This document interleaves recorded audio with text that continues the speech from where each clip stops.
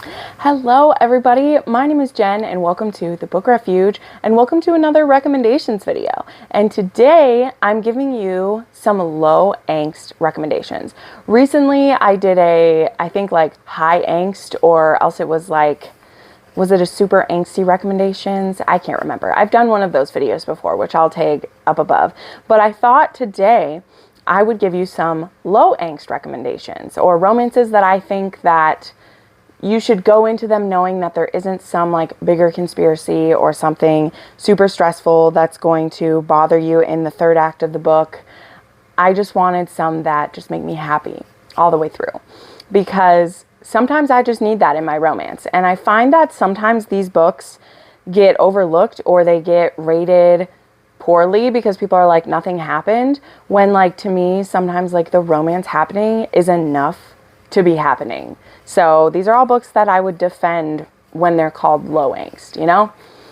We won't get too saucy about it though. We'll go. So I'm going to try to keep this video under 20 minutes like I do when I do my recommendations. So let's get started. The first one I want to recommend is a book that I read very recently, and it's actually the reason why I wanted to make this video, because it made me so happy, and there was not a super lot of added drama to this story. It was just amazing. And that is Revved to the Max by Melanie Moreland. This is one that someone in a reader group said that this hero reminded them of Evan Bailey by Claire Kingsley. And that book I think is oh shit, I don't remember what the book's called with Evan Bailey in it. I can't read it because it's in fine print. Anyway, but I love Evan Bailey, and that's a grumpy sunshine, and he's a mechanic, and I loved it. And this one, we have the hero who just blanked out of my mind. What's his name?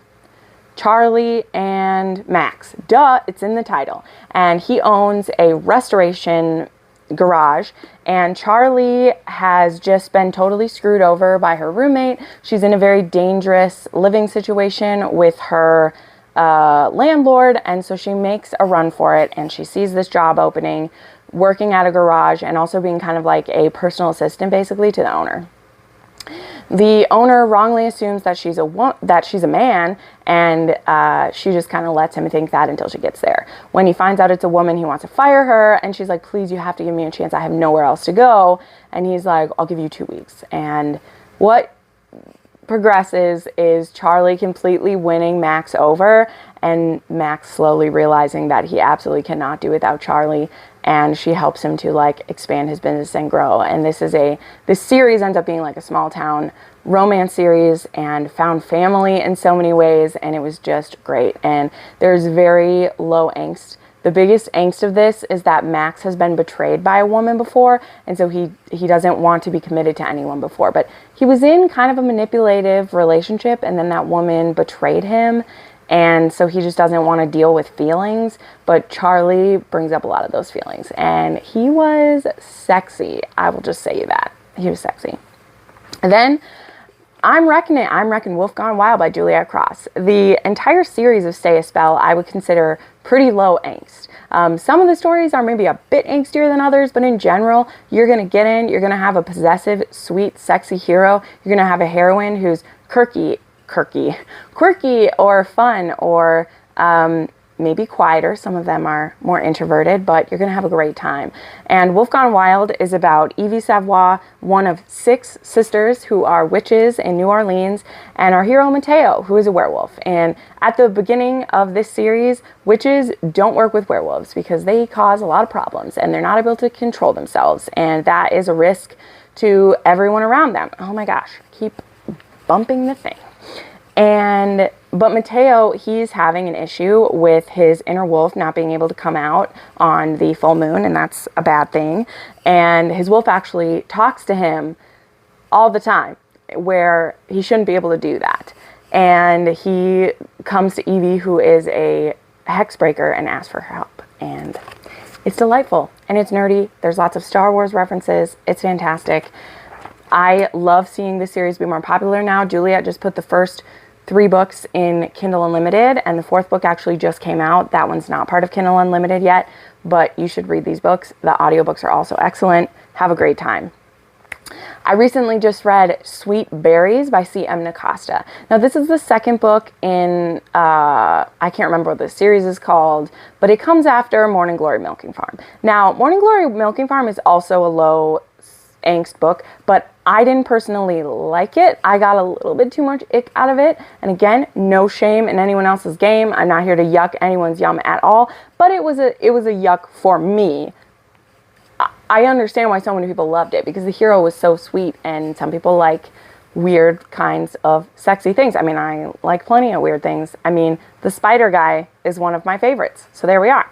But this one, number one, I loved the more like fantasy look at covers that she did. And the next one in this series will also have a cover like this. So I'm very happy she's changed that, because it just helped me go into the book with like a better thought of things. But this one is between a human and a Mothman. And he's a voyeur, and it was a nice little spicy novella with low angst. The biggest angst is that supposedly he's like a researcher, he's a scientist, and he's supposedly only going to be in town for a few months, so the heroine is trying not to get overly attached. But it's very low angst. You'll see when you get in. It was a great time. Then recently, and this book I think, well, most people have loved it that I've seen, but this was actually just the Rake Appreciation Society book in June, and one of the things that I loved about it is that it was very low angst. So that's A Daring Pursuit by Kate Bateman. This is like a frenemies to lovers. I really think that that's how this should be marketed, not as enemies to lovers, but there is supposed to be a rivalry between the two families, between the Davies and the Montgomerys. It's more of like, it's a family feud that went back generations, but this current generation, it's not really a feud anymore. Specifically from the first book when, you know, two of them like got married already. And so it's not really a feud happening anymore. But we have Carol Davies and Tristan Montgomery, and they've always kind of been eyeing each other up, both secretly pining for the other person, but trying to keep it on the down low that they feel that way, right? Things come to a head when Tristan finds out a secret that Karis has been keeping, and he decides to, I don't want to say exploit it, but he asks her, you know, some probing questions about what she's been up to and what's been going on. And when she reveals that she's been being blackmailed for an indiscretion a few years ago, he, number one, is very upset on her behalf, but number two, offers to show her how pleasurable sex could really be. And they decide to have a secret tryst for a week. And it's very low angst. It absolutely is. There's no third act conflict between the two of them. There's something external. They definitely are both working through the feelings they're having inside, but when they share them with each other, it is a mutual, like, they're like, oh, I'm so glad you feel the same way kind of thing. And this was very sexy. Like, I literally have highlighted so many sexy things that Tristan says to Karis. It's fantastic. So I think if you go into that book knowing there's no huge third act conflict and that, like, this is a low angst book. The book is about him teaching her pleasure and then them getting over the fact that they're a Montgomery and a Davies and realizing that they both have loved each other for a long time. It's beautiful. Then there is Big Rock by Lauren Blakely. This was a fun little audiobook I listened to. I think Teddy Hamilton did it. I think it was. This was a viewer recommendation to me, and I've read quite a few Lauren Blakely's. I enjoy her audiobooks quite a bit. And this one is a hero's POV book, which I really like those. And our hero, his father is in the diamond business, and he's going to be retiring and handing his business over to this guy who's like this super conservative, kind of a sexist asshole, but we don't know that like quite at the beginning. And the son, he works for the company, and his dad asks him to be on his best behavior when they have a dinner with this guy, and the guy ends up like kind of questioning his like suitability because he's kind of like a party guy or whatever, and he also partially owns a bar, and he says that he's engaged, and he says that he's engaged to his partner at the bar, who's his best girlfriend. So they end up doing a fake engagement, which leads to we might as well have sex while we're fake engaged. And it's a very low angst. It's a pretty quick story. And so yeah, it was a friends to lovers with a fake engagement, and it was hot. It was a good time.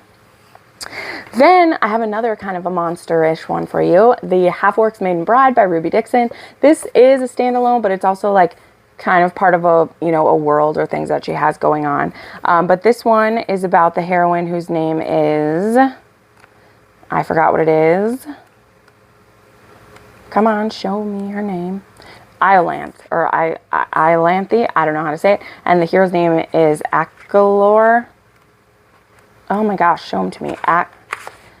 Agakor and Iolanthe. And this one is, our heroine is like 30 and plus size, and she's the spinster daughter, and her father literally sells her off to a half orc, and it's about this orc showing that he is super swoony and wanting to marry her, and it's adorable, and I had a good time with it, and it's a quick read. It's fantastic. If you want to try Ruby Dixon, but you think maybe you don't want to dive into the Ice Planet Barbarians, this is a good one. It's a good taste test for you, I think.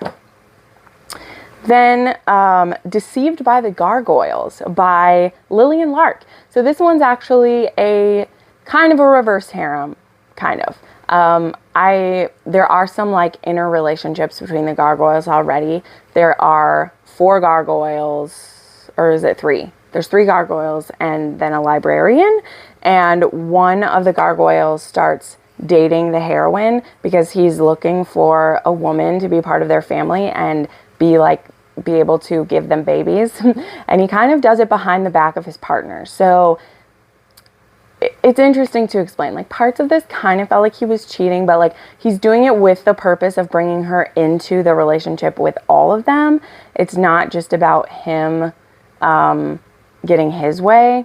And so I liked that part of it. And yeah, there are sword crossings in here, and there is some group activities, and it was really sweet and sexy. And again, like pretty low angst. There's a little bit of like, we need to have discussions about it, but I really liked it because kind of like she has dates like with all of them, and then there's stuff with all of them together, and like, it's a good time. It's good stuff. Then I have Bacon Me Crazy by Carla Sorensen. This was one of my first Carla Sorensens. I've read a couple other ones. This is a Friends to Lovers. I like this because Joycelyn, she's actually in a wheelchair, and she plays basketball still, and our hero is her best friend. And something I loved about this book is that they've been friends for a few years, and his family actually have modified parts of their house so that she can have easy access to their home. And I was like, that is such a beautiful friendship. I love it so much. But yeah, this one was quick. The one like downside to this one, I would say too, is that there was very low like steam in this book. And particularly when a heroine or hero has a disability, I really like to see how the author gets intimate scenes into it. Especially because I know Carla Sorensen knows how to write intimate scenes. And this book, it was just so short. Like, I wish it had been longer because we really only got like a fooling around scene and then like one sex scene, and that was it. And I was kind of sad about that. But this was really sweet, and I had a great time with it, and it was pretty low angst. They were like, are we going to go for it? Yes, we are. Okay, there we go. I have another historical for you. This is The Dooku Didn't by Courtney Milan. This book was just awesome, and I'm very disappointed that Courtney Milan hasn't put out another book in this series yet, okay? It says that it's book 1 in the Wedgeford Trials, and I would like there to be more. So this one, Jeremy Wentworth, he's a duke, and he's kind of been hiding his identity from this town. And then we have Miss Chloe Fong, and 3 years ago is when she like fell for Jeremy, and then he went away and he hasn't come back because he's like too scared to tell her who he is. They knew each other for many years before that 3 years where he like went away. But Chloe too, she's actually a couple years older than him, which I really liked. And I believe he's Virgin Hero too in this one. But this is one where we get to see how close their friendship is. And when it turned a little bit spicier in here, like, it was so good because it was a little bit of like her teaching him kind of situation, which I really, really loved. And then the last one I want to mention is one of my favorite fan fictions because, you know, sometimes you want a promise of low angst in your fan fiction too.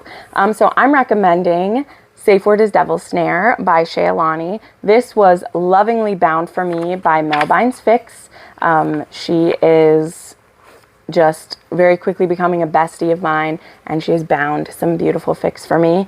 I recently was able to do a giveaway of one of hers, and I just love them. But this one, Safe Word is Devil Snare, was one of my first fics that I read, and this is a Hermione and Neville, and it is a like kind of a forced marriage thing. So something that happens in some Harry Potter fics is we are running out of magical babies, so we're going to pair up people who are best match, and Hermione and Neville end up being the best match. And when he is having like their like meet up to discuss if they want to start trying to make babies right away or what they're going to do, if they're going to get married, what's happening, he admits that he's into BDSM, and if they're going to be together, that is something that he would like in his relationship. And Hermione's willing to give it a go, and I just love it. It is relatively low angst, even though there is that bit of like, you know, they want to be together because they're like, wow, I really like you. But there's also an aspect of they're kind of being like forced to be together too. But I don't know, it was pretty low angst in my opinion, and I love this book. I love it so much. So, all right, there you go. There are 10 different recommendations that have pretty low angst. Let me know some of your favorites. I definitely have a lot more of these, so I could make this video again. But yeah, these are all ones I really enjoy. So thank you so much for watching. Make sure you give this video a thumbs up if you liked it, and I'll see you next time.